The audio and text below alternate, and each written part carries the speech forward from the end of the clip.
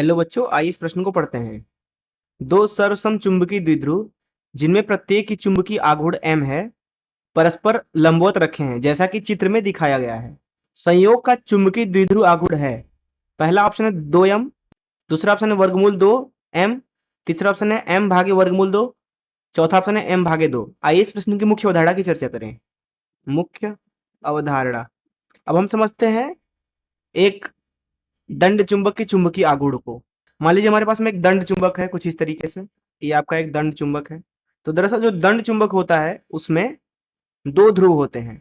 मान लेते हैं इधर इसका n ध्रुव है और इधर इसका s ध्रुव है।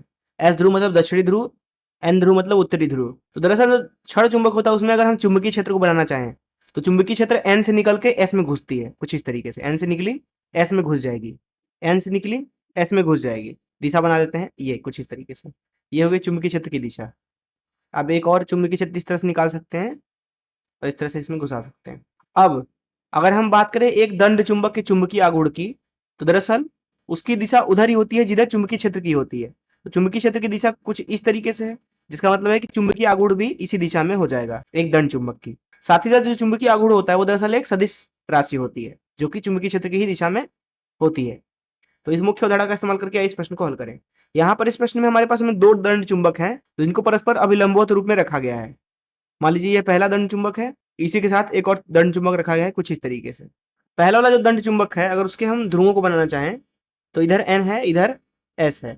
दूसरे वाले दंड चुंबक का अगर हम ध्रुव बनाना चाहें तो ऊपर n है, इधर s है।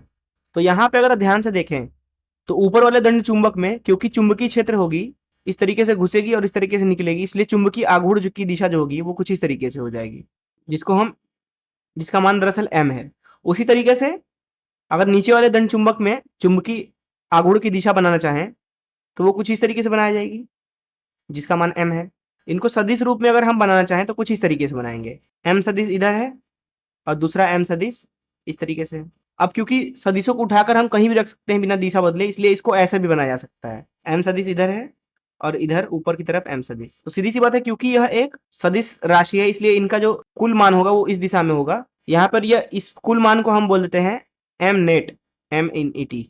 तो इस m नेट का मान लिखा जा सकता है अर्थात कुल चुंबकीय आघूर्ण, क्योंकि दोनों ही अभिलंबवत दिशा में है इसलिए वर्गमूल के अंदर लिख देंगे m का वर्ग धन m का वर्ग। इसका मान लिखा जाएगा, m बाहर आ जाएगा और वर्गमूल के अंदर एक धन एक बचेगा, जिसका मतलब है कि हमें कुल चुंबकीय आघूर्ण का मान मिल रहा है √2m के बराबर। यही इस प्रश्न का उत्तर हो जाएगा। आइए देखें कौन सा ऑप्शन सही है। जैसा कि यहाँ पे आप देख सकते हैं कि बी ऑप्शन सही है। मैं आशा करता हूँ कि आपको इस प्रश्न का हल जरूर समझ आया होगा। धन्यवाद।